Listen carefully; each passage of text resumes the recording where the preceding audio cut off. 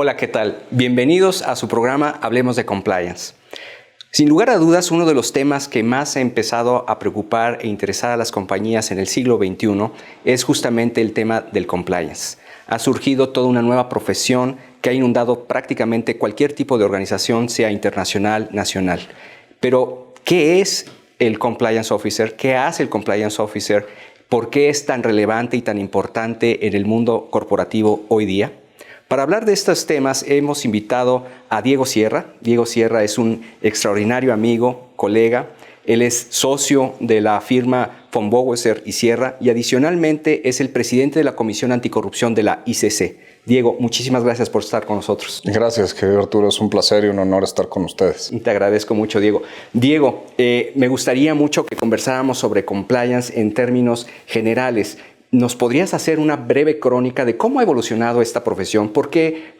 ¿Dónde surge y cómo es que ha venido adquiriendo importancia y relevancia en el mundo corporativo hoy día? Por supuesto, con mucho gusto, Arturo. Mira, como tú lo sabes, el tema de compliance es muy amplio y es una terminología que abarca un mosaico muy grande de diversas variantes y diversos factores.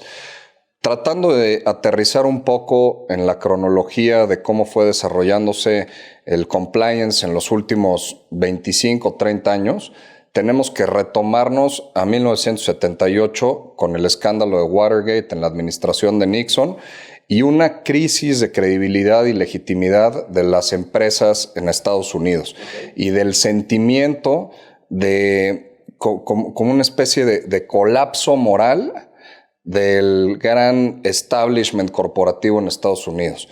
Empieza a surgir muy profundamente en este momento de la vida americana el debate sobre si es correcto o no otorgar sobornos o cosas de valor en el extranjero para que las empresas puedan hacer negocios y puedan prosperar en sus negocios fuera de las fronteras de Estados Unidos. Entonces surge un debate legislativo sobre de qué manera combatir esta problemática. Y para hacer la historia larga corta, concluye este debate con la emisión del Foreign Corrupt Practices Act o la Ley de Prácticas Corruptas en el Extranjero de Estados Unidos, que es una legislación sumamente innovadora en el sentido de que le otorga jurisdicción a las autoridades americanas para combatir la corrupción ocurrida fuera de las fronteras de Estados Unidos. En otras palabras, si alguna empresa americana que cotiza en los mercados de valores de Estados Unidos otorga una cosa de valor a un funcionario público o algún tercero relacionado con un funcionario público no americano para la obtención de algún negocio o la retención de algún negocio de forma indebida, esto es suficiente para darle jurisdicción a los reguladores americanos para perseguir ese hecho ilícito. Realmente es algo sin precedentes y que resquebraja, o más que resquebraja, moderniza y genera una evolución muy profunda del concepto tradicional de soberanía que está restringido a las fronteras geográficas de un país. Con esto, Estados Unidos dice, estas son mis nuevas reglas del juego y si alguien quiere participar en mis mercados de valores y beneficiarse de mi infraestructura económica para hacer negocios o para obtener utilidades a través de los mercados de valores americanos, estas son las nuevas reglas. Y desde aquí yo voy a gobernar el mundo entero en términos éticos, exagerándolo un poquito, pero esa es la filosofía detrás de esta regulación. Y eso estamos hablando de finales de los años 70. Ahí ¿correcto? Estamos hablando en 1978 y es bien interesante que toda esta crisis de valores en el mundo corporativo americano se suscita a finales de los 70s, entra en vigor esta legislación y de repente como que se diluye un poquito en el debate público la aplicación y como se le dice en el anglicismo, el enforcement de la regulación americana del Foreign Corrupt Practices Act. Y bueno, tenemos los 80s locos en términos económicos, con sus grandes mercados crecientes y luego crisis a finales de los 80s, luego los 90s y la crisis del 94 en México, el efecto tequila, la crisis japonesa, etcétera. Finales de los 80s también la debacle del muro de la caída de la cortina de hierro y toda esta catástrofe financiera importante, evoluciona y de repente en el 2000 empieza a surgir la aplicación y el interés de los reguladores americanos, entiéndase, el Departamento de Justicia desde el punto de vista criminal o penal y la Securities and Exchange Commission o la Comisión Nacional Bancaria de Valores, homologándolo a lo que tenemos en nuestro país, en México, de Estados Unidos, desde el punto de vista civil. Entonces, los americanos tienen estas dos facetas, el enfoque civil y el enfoque penal. Y entonces inician poco a poco a aplicar y a sancionar a empresas que incurrieron en corrupción fuera de las fronteras de Estados Unidos para obtener o procurar o retener negocio de manera indebida. Y con eso se detona una transformación dramática y radical de la forma de hacer negocios en el mundo entero. Y entonces comienza de forma muy incipiente también otra cosa fascinante, que es una interacción entre los reguladores americanos y reguladores de otros países para combatir la corrupción corporativa. Y entonces empieza a desarrollar lo que en Estados Unidos le han denominado el White Collar Crime Practice, que es el ataque o el combate, digamos, institucional y estatal a delitos de cuello blanco a través de los cuales grandes empresas, grandes corporativos... Como la corrupción. Exactamente. A través de corrupción, digamos que pervierten las reglas del funcionamiento económico, porque siempre la corrupción desbalancea el buen funcionamiento y lo que es como el suelo parejo de competencia en el que deben encontrarse típicamente las empresas para poder funcionar en un mercado eficiente, y obtienen ganancias a través de la corrupción.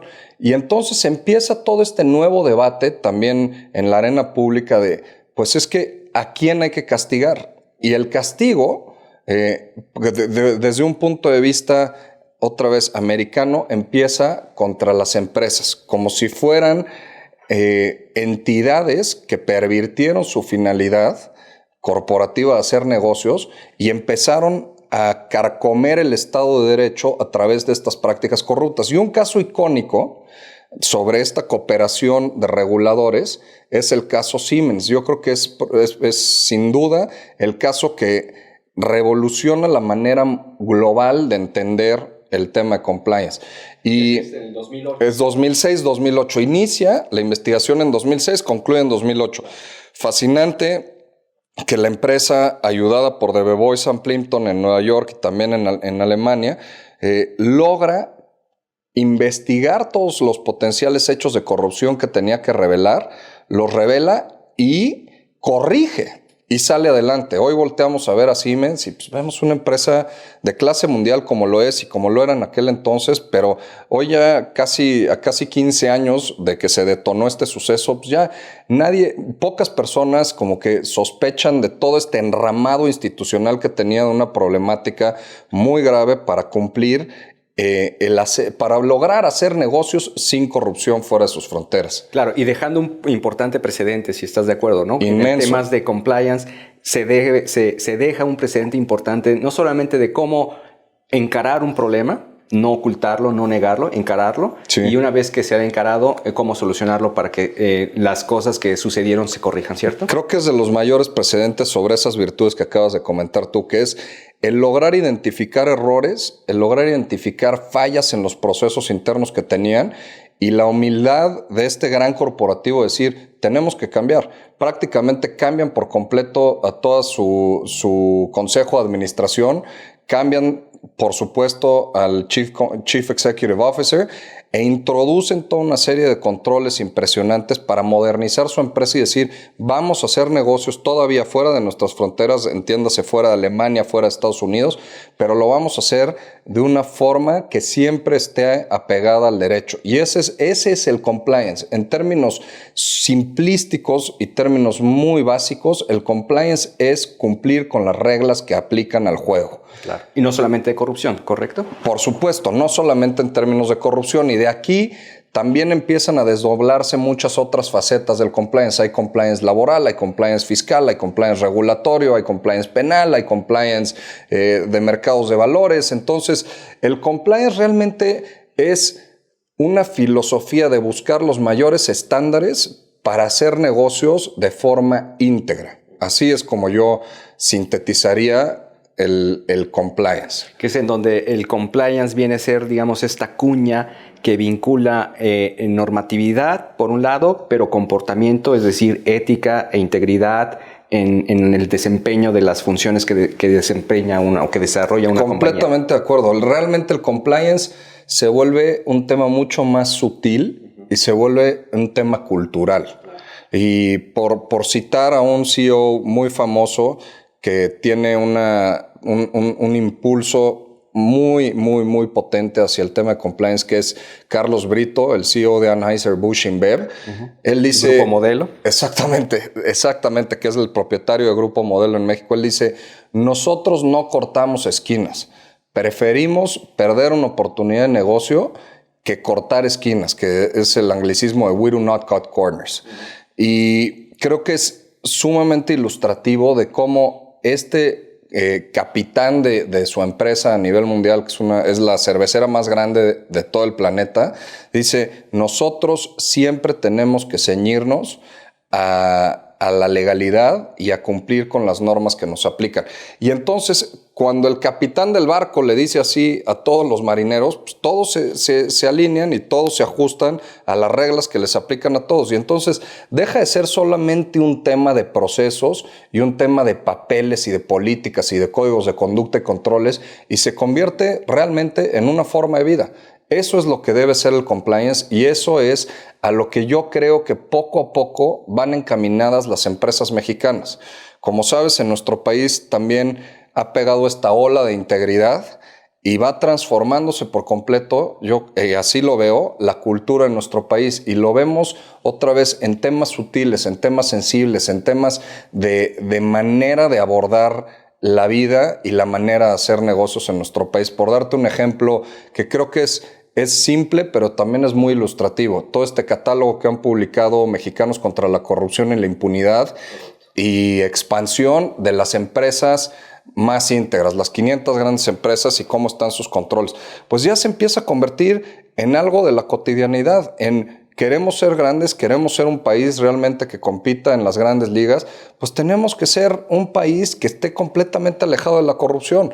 Y es peculiar cómo esto coincide con el discurso del presidente López Obrador, que obviamente lo llevó a esta victoria avasallante que tuvo en las elecciones del 2018, que el presidente, con la astucia que lo caracteriza, desde 2014-2015, monta toda su plataforma ideológica en el combate a la corrupción y dice, y él lo identifica con claridad, este es el mayor problema en nuestro país, este es el lastre más profundo del que tenemos que librarnos para realmente brillar hacia las grandes ligas de potencial que tiene México. Y entonces el tema de compliance está redefiniendo la manera en la que se debe hacer negocios. En la manera en cómo se comportan los privados con el gobierno, pero también entre los propios privados, ¿correcto? Completamente. Me encanta, Diego. Permíteme un momento, vamos a hacer un pequeño corte y enseguida estaremos con ustedes en Hablemos de Compliance.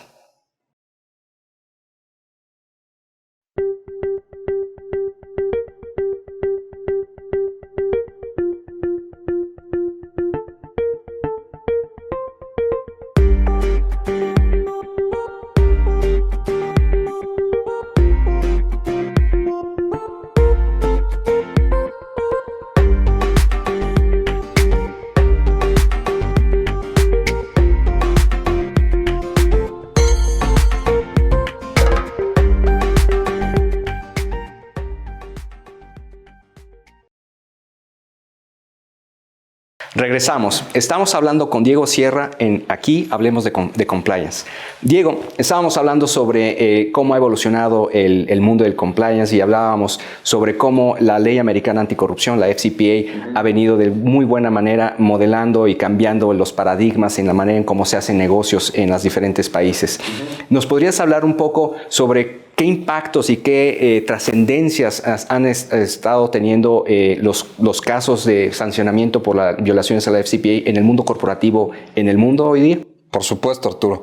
Mira, efectivamente, la FCPA es el punto paradigmático de arranque, pero también otra cosa que es importante mencionar es la existencia de las convenciones anticorrupción relevantes que tú y yo conocemos muy bien, que es la Convención Interamericana, la Convención de la Organización para la Cooperación y el Desarrollo Económico, y exactamente la OSD, y la Convención de Naciones Unidas. Todas estas son también el enramado y la arquitectura internacional de combate a la corrupción transfronteriza, y también son muy relevantes porque han ido empujando a los diversos estados a que las asimilen internamente y ellos mismos también criminalicen la realización de estas conductas de corrupción fuera de sus fronteras. Claro, y Diego, ¿podríamos decir que estas convenciones surgieron un poco a imagen y semejanza de la FCPA? Sin duda. Mira, no, por supuesto que no son una calca, porque además los foros en los que se producen son foros internacionales en el que definitivamente Estados Unidos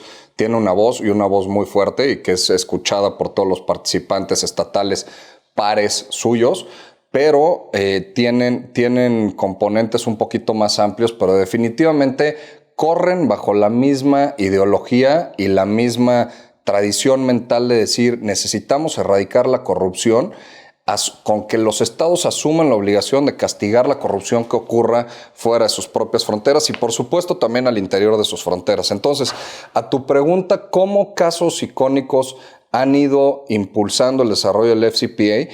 Creo que probablemente el de mayor trascendencia en nuestra región es el caso de Odebrecht, que es un evento fascinante en el desarrollo de cooperación multijurisdiccional en el continente americano entre reguladores brasileños, sobre todo entre reguladores brasileños y reguladores americanos y agencias de persecución criminal.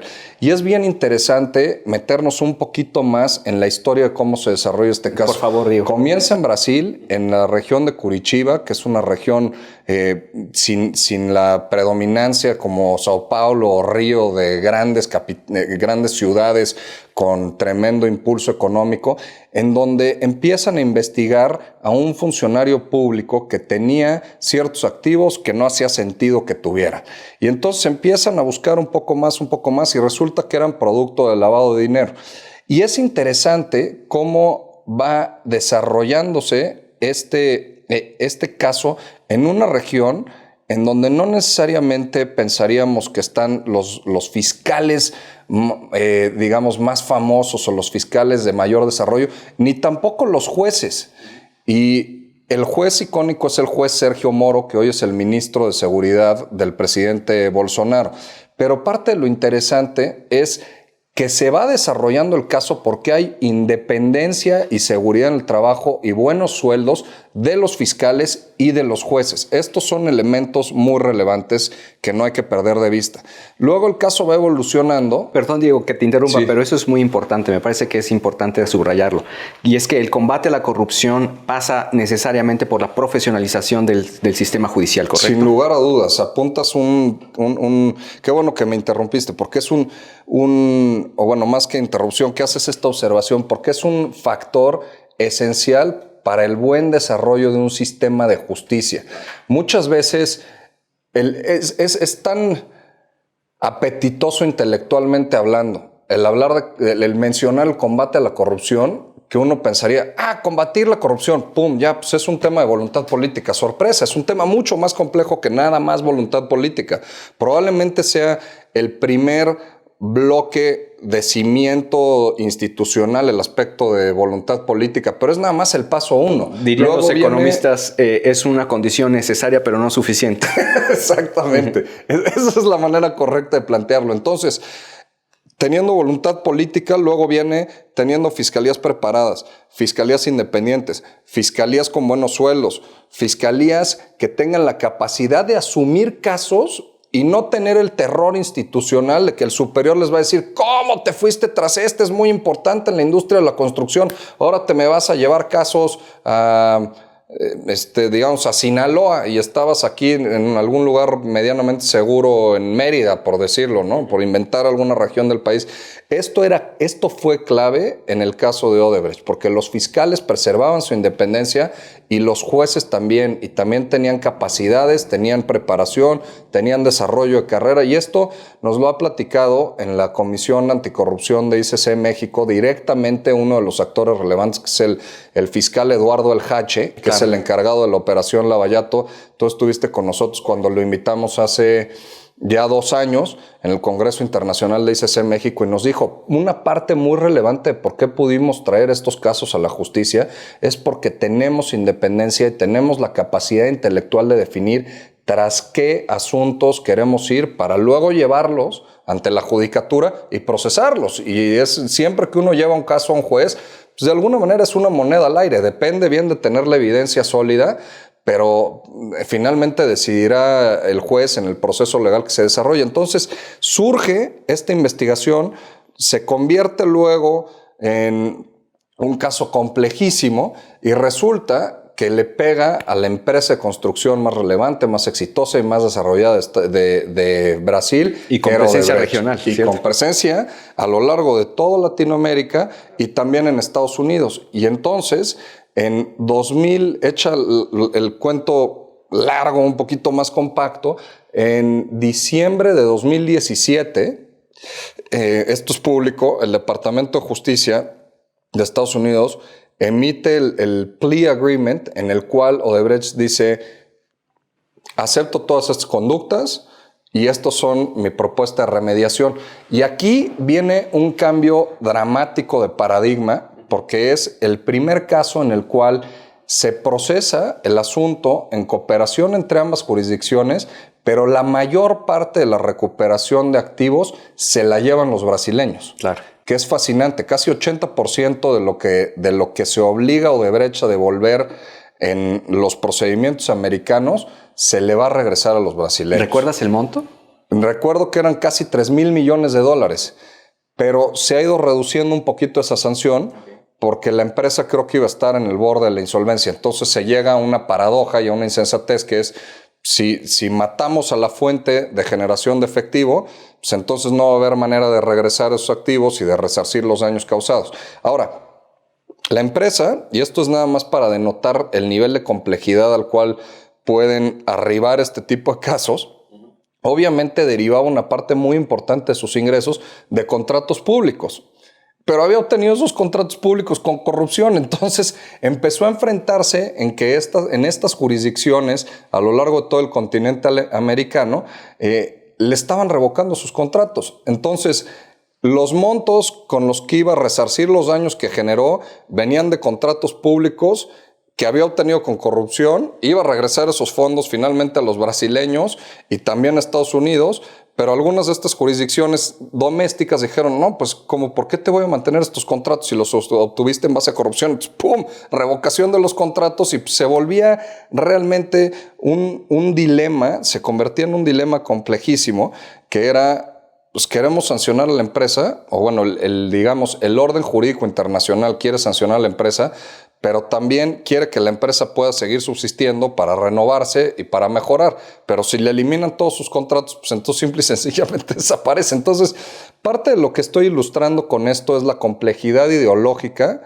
y de confrontación de bienes jurídicos tutelados a las que llega este tipo de extremos en los que se tuerce por completo el orden tradicional de las cosas y se intenta revertirlo a un orden un poco más ortodoxo y más ordenado. Pero es fascinante el caso de Odebrecht y también es fascinante que con la administración del presidente López Obrador finalmente se están empezando a seguir investigaciones y a seguir casos en los cuales se persiga el mal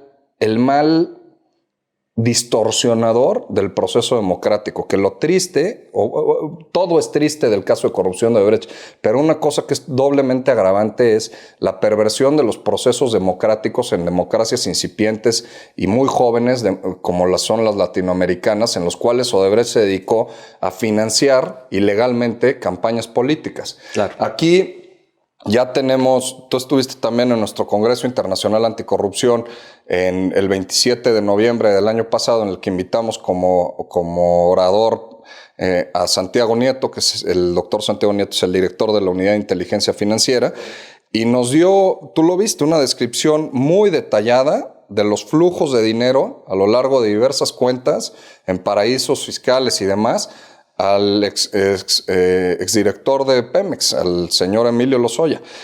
Y otra vez, estas son palabras del director de la UIF, no mías, pero ha habido ya también por parte de la actual administración una persecución importante a financiamiento de campañas o presunto financiamiento ilegal de campañas políticas en nuestro país. Y digamos, es presunto, pero podríamos entrar en detallitos un poquito más finos, porque en las delaciones brasileñas hay declaraciones unilaterales de los funcionarios de Odebrecht en los que dijeron, sí, nosotros financiamos o dimos sobornos. En fin, toda esta historia todavía sigue decantándose y está construyéndose y escribiéndose en nuestro país.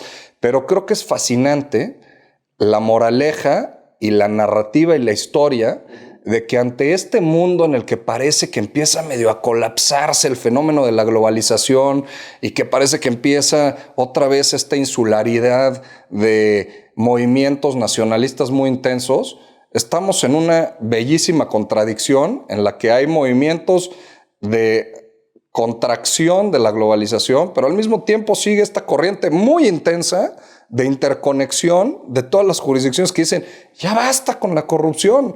Y en eso hay un movimiento de aglutinación y de colaboración y de integración a nivel mundial que dista muchísimo de los fenómenos de segregación nacionalista. Entonces, es muy interesante observar esta paradoja de movimientos integradores en el ámbito del combate a la corrupción. Y hay pocas cosas que puedo asegurar en la vida, pero creo que definitivamente la tendencia es que el movimiento de combate a la corrupción va a seguir consolidándose y va a seguir siendo transfronterizo. Y Diego, con lo que acabas de decir me surge la siguiente pregunta, la siguiente inquietud. Habíamos hablado en el caso de Odebrecht que se dio pie a una serie de colaboraciones a nivel jurisdiccionales entre jueces, magistrados, sí, etc. La pregunta es, estos casos, el caso de Siemens, caso de Odebrecht y tantos otros, ¿han supuesto o han hecho que también exista cooperación entre compañías? Es decir, tú has visto en tu asesoría hacia las compañías, hacia las organizaciones que son tus clientes, ¿has visto cooperación a nivel, por ejemplo, de oficiales de cumplimiento que se pasen información o que compartan entre ellos mejores prácticas? ¿Cómo se ha dado o no se ha dado esa relación a nivel de oficiales de cumplimiento? Sin duda, a nivel oficiales de cumplimiento también hay la consolidación y la creación y el robustecimiento de estas redes de networking a través de las cuales oficiales de cumplimiento están compartiendo sus mejores prácticas, están compartiendo cómo beneficiarse de tener mejores controles, de tener mejores entrenamientos, de tener mejor difusión cultural, de tener mejor uso de la tecnología, mejor uso de la inteligencia artificial, mejor uso de algoritmos, mejor uso de identificación y procesamiento de Big Data.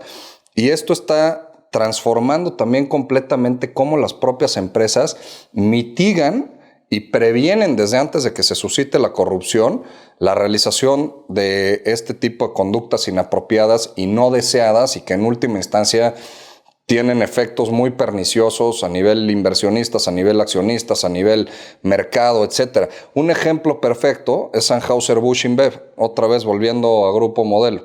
Y me recargo otra vez intelectualmente en ellos porque son un ejemplo fascinante y muy admirable de cómo han tomado una expectativa sumamente complicada de satisfacer por parte de los reguladores, en concreto el Departamento de Justicia y la Securities and Exchange Commission en Estados Unidos, y lo han convertido en una oportunidad. A lo que voy es el requerimiento con la transición de la compra de SABMiller por parte de Anheuser-Busch InBev en 2016 era incorporen a su programa de compliance y demuestren que han integrado a SABMiller a los mismos estándares que ustedes han tenido. Y entonces lo que hizo Anheuser-Busch InBev dijo, pues es imposible humanamente el poner a personas a transformar toda la cadena de cumplimiento de SAP Miller. Lo que vamos a hacer es vamos a crear un programa automatizado a través de Big Data que nos permita entender cómo están los controles y cómo está el flujo de la información financiera de la empresa, y que donde observemos irregularidades importantes podamos inferir que tal vez ahí se encuentran eventos potenciales de corrupción. Y entonces, a través del Big Data, crearon realmente una herramienta que les permite identificar y anticiparse muchísimo a la potencial ocurrencia de eventos de corrupción. Y lo que está haciendo Matt Galvin, que es el Chief Compliance Officer mundial, es invitando a otras empresas a sumarse a esa plataforma que él ya tiene, y dice, su confidencial se mantiene absoluta. Hagamos esta integración a través de programas de blockchain o de ese tipo de algoritmos que preservan la confidencialidad del Big Data de otras empresas. Integrémoslos a esta plataforma y sumemos información de dónde pueden estar suscitándose estos eventos de corrupción, que me parece absolutamente fascinante y que es algo que era impensable hace no mucho tiempo, hace 6, 7 años. Si te estuviera yo escribiendo algo así, hubiera sonado muy descabellado. Y entonces, la tecnología y la proximidad otra vez, y la cercanía que la tecnología ya promueve y propicia, están logrando avances en términos de compliance y de conexiones entre empresas muy impresionantes que antes realmente no se observaban. Claro. Y en ese sentido, podríamos decir que el compliance, como todo el mundo, está ante una nueva coyuntura con las nuevas tecnologías, ¿correcto? Sin lugar a duda.